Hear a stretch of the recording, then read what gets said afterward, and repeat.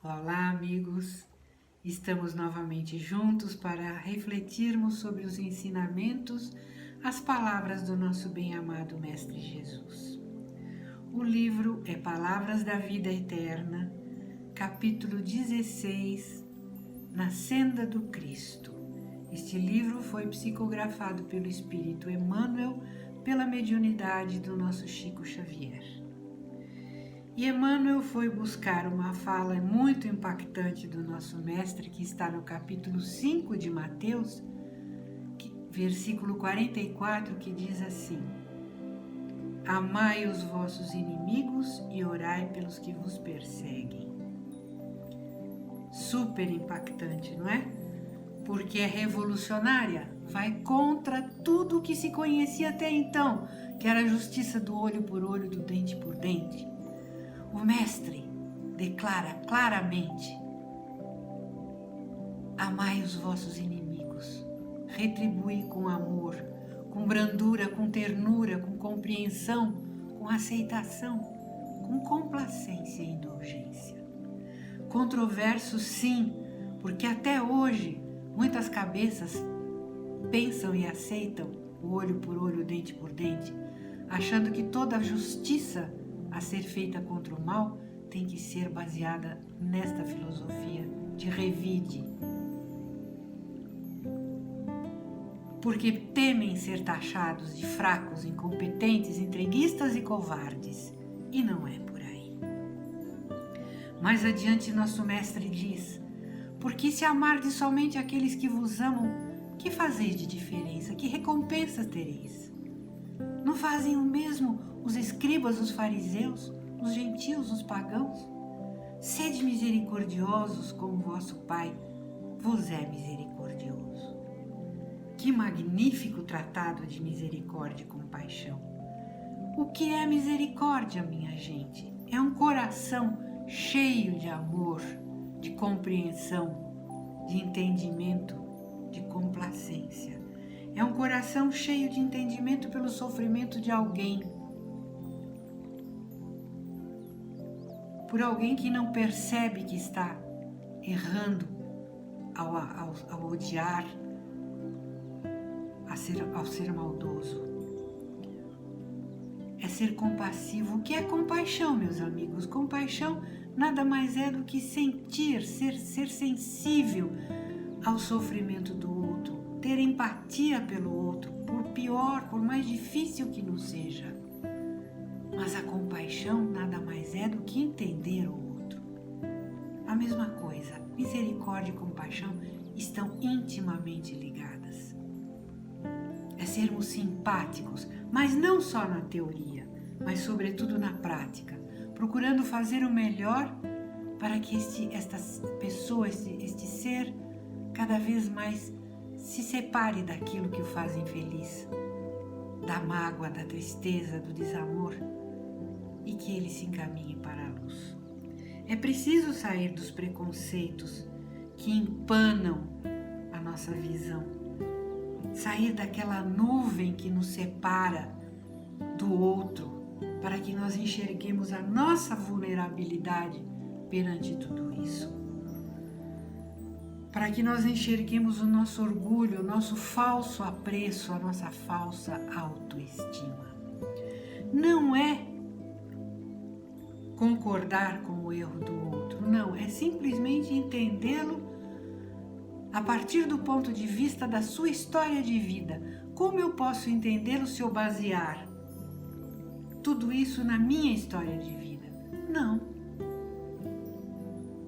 Se não for assim, como eu vou entender qual é o gatilho que agita, que faz com que ele tenha essas atitudes maldosas? Para isso é preciso calma, compaixão, entendimento. Porque o maldoso, minha gente, é uma pessoa que está sofrendo muito. Ele não tem paz dentro dele. Ele está numa constante efervescência interior, com altas exigências para si próprio.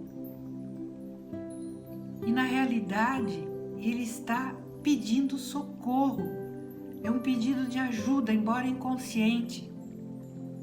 Mas ele ele está precisando de ser ajudado. E para ser ajudado é preciso de calma, compreensão e muito amor. Sócrates dizia que ninguém faz o mal voluntariamente, que o mal não existe por si próprio. Já foi muito dito por muitos filósofos. Mas como o mal não existe por si próprio? Nós vemos tantas coisas tristes acontecendo, tantas coisas erradas. Acontece, meus amigos, que nós fomos criados à imagem e semelhança de Deus e temos dentro de nós uma centelha divina, aquela luz divina que nos encaminha para o bem, porque ela é o bem, ela é o bom.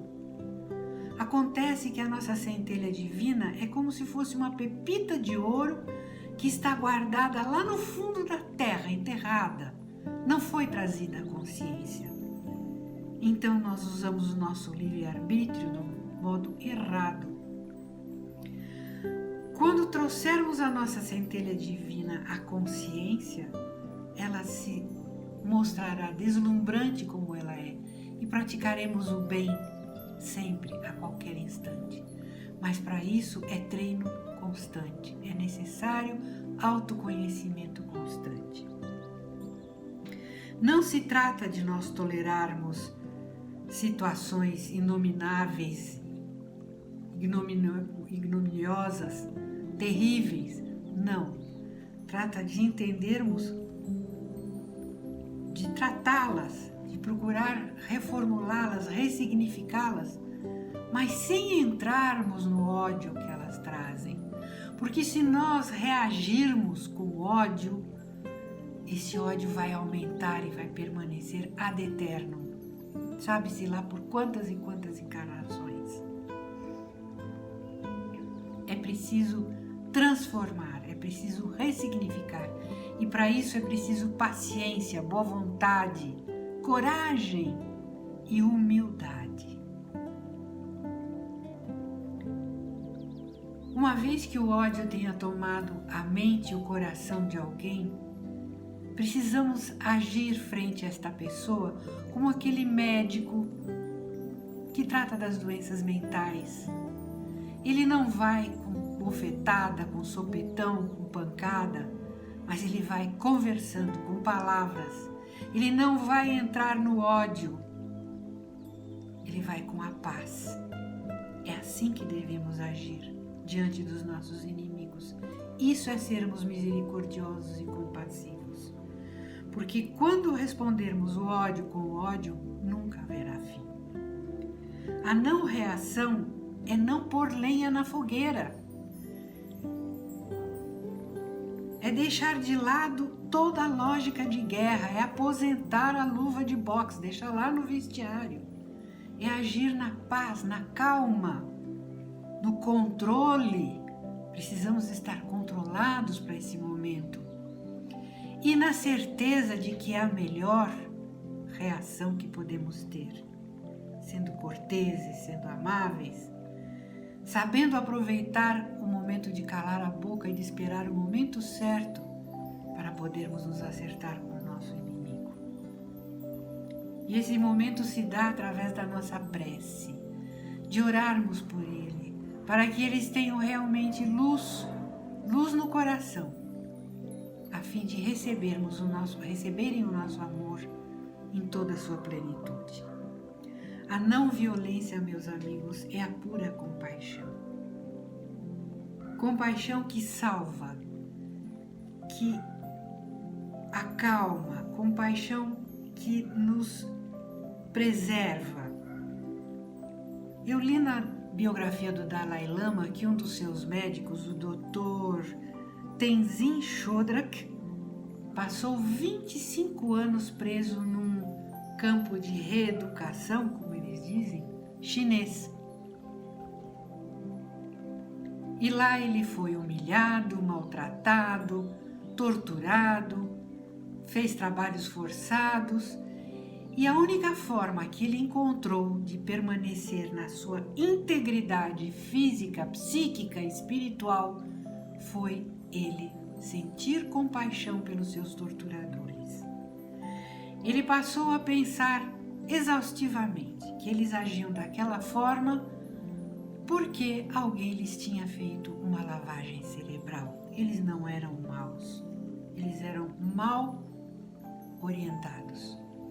E esse seu pensamento compassivo criou uma capa ao seu redor de proteção, uma capa vibratória que fez com que ele saísse de lá íntegro, ileso. Não vou dizer para vocês que sem nenhuma sequela, porque ninguém ainda é divindade, mas ele saiu íntegro, não saiu aos pedaços. Corpo, mente e espírito. Por que a compaixão nos protege? Porque ela permite que nós saiamos do nosso ego, ela nos tira, nos arrasta do nosso ego. Nós passamos a enxergar a coisa por outro ângulo, leves, livres, soltos, felizes.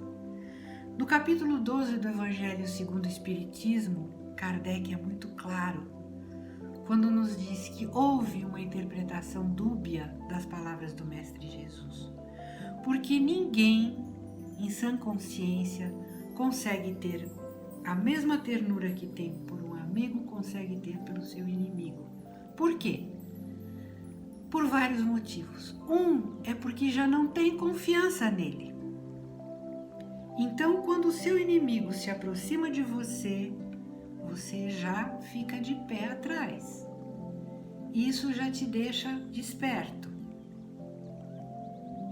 Então, não há uma simpatia imediata. Mesmo porque um inimigo, quando chega perto de alguém, ele vem com uma vibração diferente. Isso está explicado pela lei da física e Kardec mostra isso no seu texto. Ele vem com uma vibração pesada. E o nosso amigo não, ele vem com uma vibração sutil, alegre, feliz, que nos desperta também ternura e alegria e felicidade. Portanto, não há como a gente sentir o mesmo por um inimigo, sentir o mesmo que sentimos por um amigo. Mas isto não quer dizer que por a nossa natureza exatamente está em não irmos contra a nossa natureza, mas está em não desejarmos o mal, não os odiarem, não desejar-lhes vinganças. Ficar felizes quando eles têm alguma coisa boa. Não ficar feliz quando alguma coisa de mal lhes acontece. Desejar-lhes só o bem. Além da paciência, do júbilo, da alegria que nós lhes desejamos, socorrê-los quando assim se faz necessário e que pudermos. Abster-se por palavras, por pensamentos, por atitudes que possam humilhá-los. Enfim, sermos caridosos. Isto é amar o nosso inimigo. Orar por eles para que eles possam sentir a luz do esclarecimento do Cristo. Isto é amar os nossos inimigos a todos os instantes.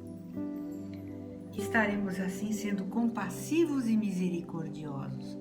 E, sobretudo, meus amigos, sermos gratos a eles. Por quê? Porque eles nos propiciam oportunidades de aprendizado.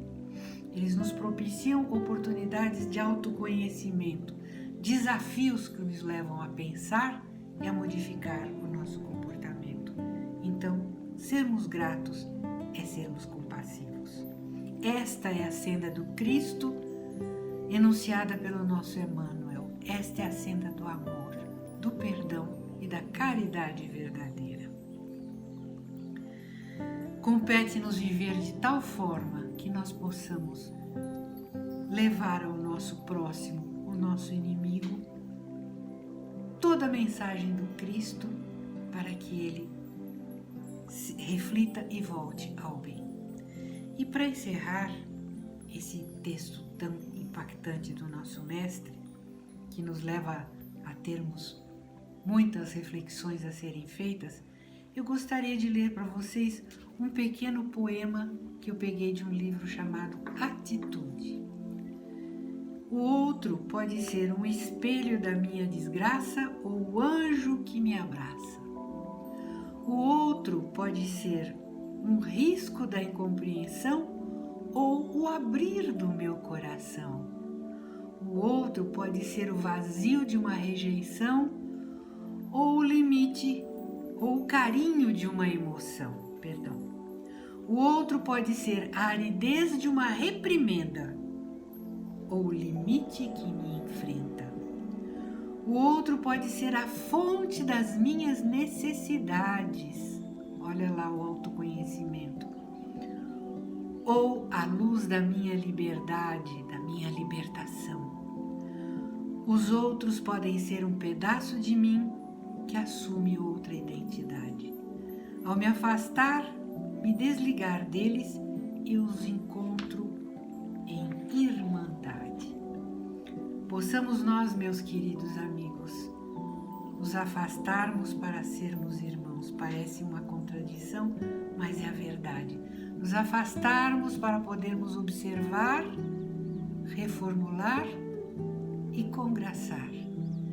E que a bondade, a paciência, o amor do Cristo nos acompanhe hoje e sempre na nossa caminhada em busca da luz. Um forte abraço para todos e obrigado pela vossa atenção. Fiquem com Deus.